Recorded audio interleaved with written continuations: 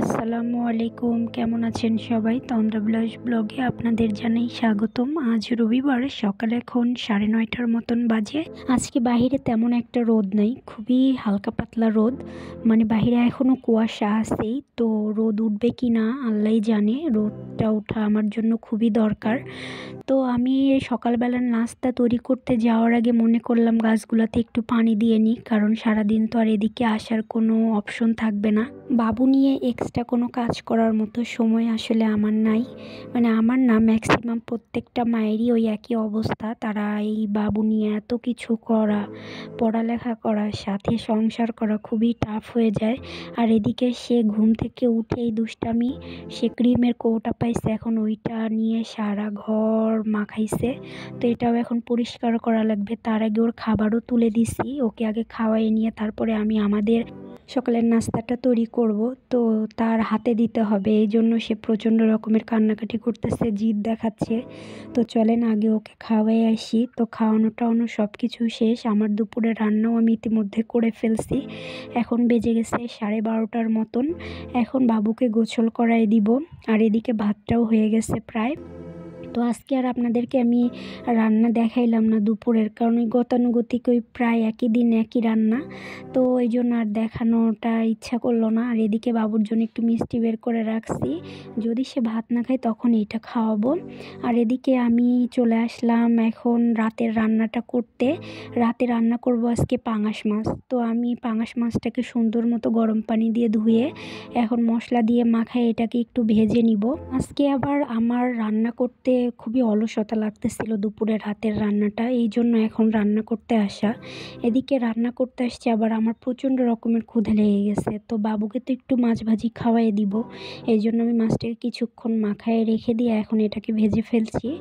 আর এদিকে আমি চাও করে নিচ্ছি, যে একটু চা খেয়ে নিই, কারণ চা না খাইলে আবার ভালো লাগে না। আবার রান্না শেষ করে আমার আবার ক্লাস আছে অনলাইনে 9:30-10টার দিকে। তো এখন এত তাড়াহুড়ো করতেছি, মানে এখন গোজামিলের মতো কাজকর্ম আর কি। তো রান্না করতে আসলে কি সবসময় গোজামিল দেওয়া যায়? ক্লাসটা তো নতুন শুরু করছি, এই জন্য কয়েকদিন আর কি আমার এইটার সাথে ম্যাচ করতে একটু সময় লাগবে। মানে আমার একটু তাড়াহুড়া বা একটু মানে কখন কোনটা করব এটা বুঝে উঠতে আমার বেশ কিছু সময় লাগবে। এদিকে আমার চাও হয়ে গেছে, তো আমি আবার একটু বিস্কুট ভেঙে নিলাম। এখন এটা দিয়ে একটু দেখি ইচ্ছা মতো একটু আগে খেয়ে নিই, আগে পেট ঠান্ডা করি। তো যেটা বলতেছিলাম, তো ক্লাসটা আসলে করার একটাই কারণ, মানে এমনি পড়ে গেলে আসলে খালি পড়তেই হয়, একটা গাইডলাইন থাকলে মানে ভালো হয়। এই জন্য আসলে কোচিংয়ে ভর্তি হওয়া। তো দেখা যাক কত দূর কী করতে পারি। তো এদিকে আমার মাছ আমি বেশি ভাজবো না, মানে হালকা একটু ভাজি দিব, যেহেতু নদীর পাঙাশ তো, আর পাঙাশটা এমনিতেও টেস্ট আছে, তো এই জন্য বেশি না ভাজলেও চলবে। আর এদিকে আমি কুমড়া বড়ি দিয়ে আজকে রান্না করব, তাই আমি কুমড়া বড়িটাকে সুন্দর করে ভেজে নিচ্ছি। এই যে মাছ ভাজার পরে যে তেল ছিল ওই তেলের মধ্যে দিয়ে ভেজে নিচ্ছি, কারণ কুমড়া বড়িতে যত তেল দেওয়া যায় কুমড়া বড়ি তত তেলই টেনে নেয়। তো খুব হালকা পরিমাণে তেল দিয়ে কুমড়া বড়িগুলোকে ভেজে নিতে হবে। আর ওই যে পাশেই দেখতে পাচ্ছেন মাছ ভাজি করে রাখছি, বাবুকে এখান থেকে একটু একটু করে দিচ্ছি, ও সুন্দর মতো খেয়ে নিচ্ছে, ওর মতো ডিস্টার্ব করতেছে না। আর এদিকে আমি এটার মধ্যে একটু পেঁয়াজ আর মরিচ দিয়ে ভেজে নিব ভালো মতন। তারপরে এটার মধ্যে একটু তেজপাতা আর আস্ত একটু শুকনো মরিচ দিলাম। মরিচের পরিমাণটা একটু কমই রাখি, মানে এই কারণে আমি গুঁড়া মরিচটা ব্যবহার করি না, আস্ত মরিচটা বেশি ব্যবহার করি। আপনারা তো জানেন বাবু আমাদের সাথে খায়, যাতে ওই আস্ত মরিচ থাকলে আমাদের ঝাল কম হলে ওইটা আমরা একটু ডলে টলে খেয়ে নিতে পারি, আমাদের কোনো প্রবলেম হয় না। তো সব কিছুই অল্প পরিমাণে দিলাম। আর এদিকে আমি একটু কাশ্মীরি রেড চিলিটা দিচ্ছি রং হবার জন্য, কারণ আমার মরিচের গুঁড়াটা অনেক দিন হয়ে গেছে, আমার শাশুড়ি মা নিয়ে আসছিল, তো রোদে টোদেও আর দিতে পারি নাই।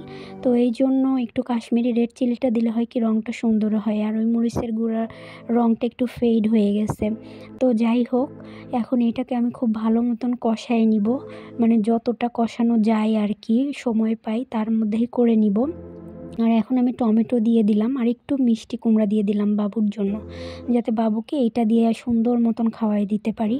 মিষ্টি কুমড়াটা বাবু দেখি খুব ভালো মতনই খায়। আর এখানে মটরশুঁটি নিয়ে নিলাম, আর যে টমেটোগুলো রাখছিলাম ওইটাও দিয়ে দিলাম। এখন কুমড়া বড়িগুলো যেগুলো ভেজে রাখছিলাম ওইটাও দিয়ে ইচ্ছা মতো এখন কষাবো।